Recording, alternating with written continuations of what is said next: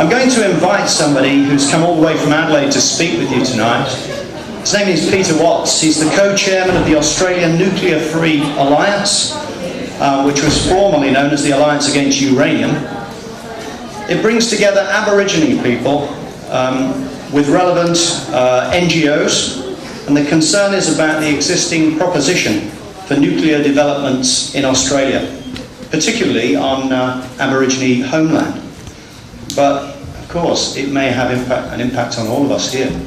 So it's a very important subject. So I'd like to bring out Izumi again to introduce in Japanese Peter Watts. Thank you.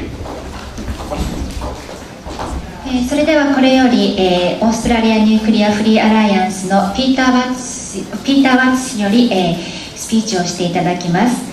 ピーター・ワッツ氏はオーストラリアの反原発同盟を結成し、ウランに対する採掘反対運動とアボリジニの聖地を守るために活動されていらっしゃいます。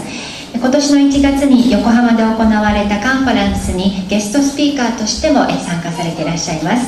それではピーターさん、よろしくお願いいたします。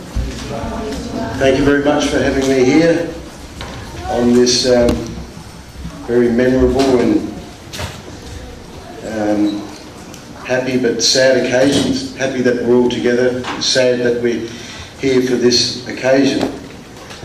My name's Peter Watts, just introduced me there. I'm an Aboriginal man, an Arabunna man from Australia. Thank you for having me here. Many years ago in the 1950s, my ancestral lands and my family were affected by the testing of nuclear weapons here in Australia. I don't need to remind the Japanese people about the effects of what happens from nuclear bombs.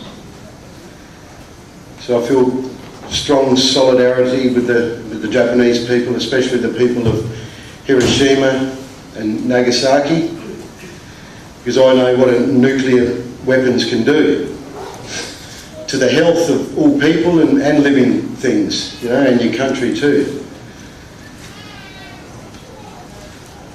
What I'd like to see done is to shut down the whole uranium industry and actually stop digging it out the ground.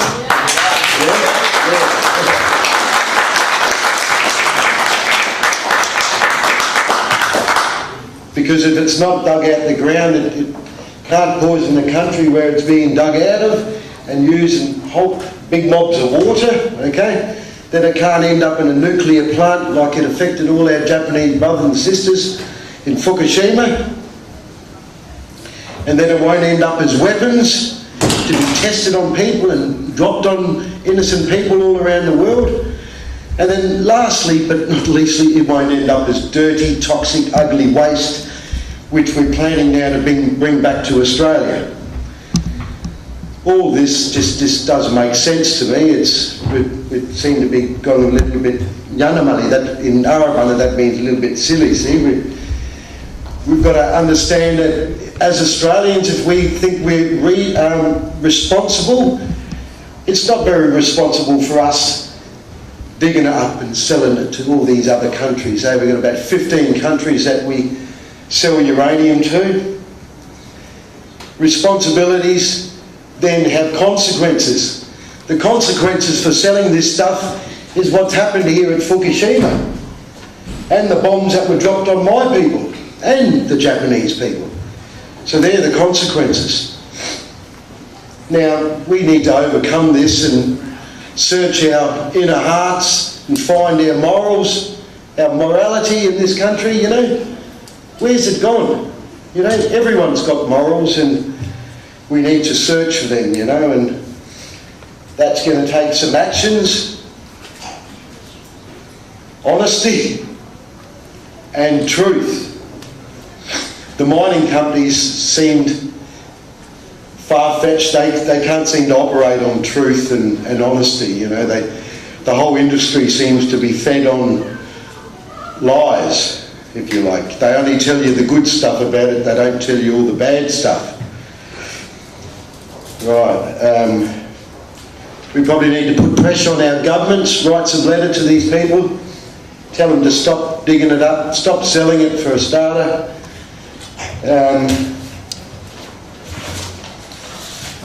I feel great sadness being here today.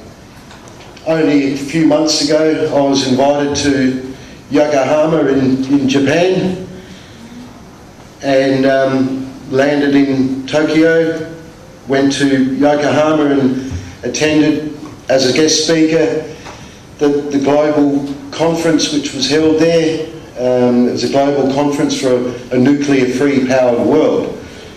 Sounds great, doesn't it? But not a lot of the mining companies were there, and they don't want to be shutting down their industry.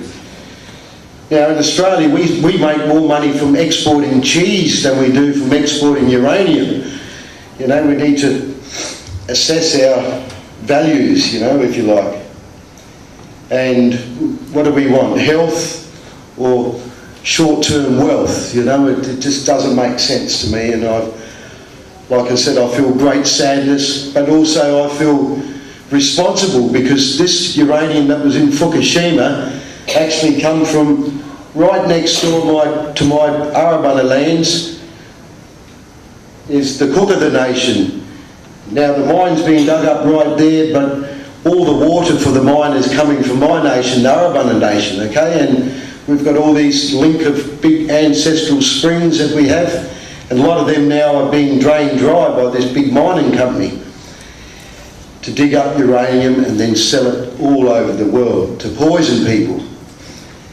Now, when I went to Japan, there's so much talk about you know, closing down the industry, turning off these nuclear plants.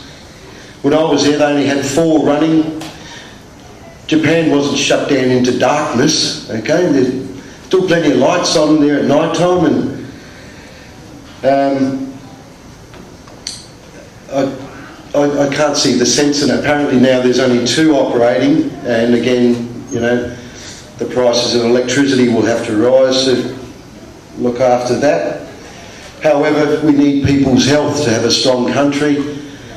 And in Australia here, it just breaks my heart that we've got a large company like BHP that approaches the government and then gets the government to break all their laws which they've put in place some years ago. So this BHP, they come along now and they don't have to meet environmental guidelines, they don't have to meet cultural heritage guidelines. The government just says, make your rules up as you go along, no worries, away you go. To me, it's madness. It's wrong, and it's wrong yesterday, it's wrong today, and it'll be wrong tomorrow. Our people, Aboriginal people, like Brother Boy here before he was talking, our people have been here for at least 120,000 years, you know, and it wasn't an accident that our country was a well-managed, it was actually a well-managed paradise, just like a well-managed business or a well-managed mining company, if you like, or someone's nice, neat little lounge room or kitchen, but on a larger scale, okay? So we need, you know, we've got evidence here of our people being here for a long time and knowing about uranium in certain areas of Australia. Some of our people in this country, they knew where uranium was because it was very close to the surface. And our people knew not to go to them areas to even sleep, to eat, or just to travel through really quickly. So they knew that area there must have had something, that uranium in there, see? And that was a dangerous area to go in. Now, how did our people know about that? They didn't have no big scientific laboratories and all that. They probably worked out by suffering, which all people are doing now because of uranium. Our people would have suffered before with the uranium. Our people suffered in this country through drought. Our people suffered in this country through fire. But we all worked it out, see? Through trial and error, if you like, you know. And the big message here is we've got to keep uranium in the ground, okay? That's the only safe place for it. And my heart goes out to the Japanese people. I've spoken to a lot of the people from Fukushima when I was in Tokyo and Yokohama and even in Hiroshima, and some of the stories we've got to wake up to ourselves and it's like us giving the keys to a drunken man saying, here, drive home. That's basically what we're doing with this uranium, you know, here, have it. We don't want it here, you know. And over my dead body will we, you know, we can, well, they want to have it here in Australia. I feel like going back there now and turning our water off that's running this mine. Anyone want to come with me? Yeah, right, hey. So again, I feel great guilt and shame associated with this, and thank you very much for having me, and love yous all, hey. Thanks very much.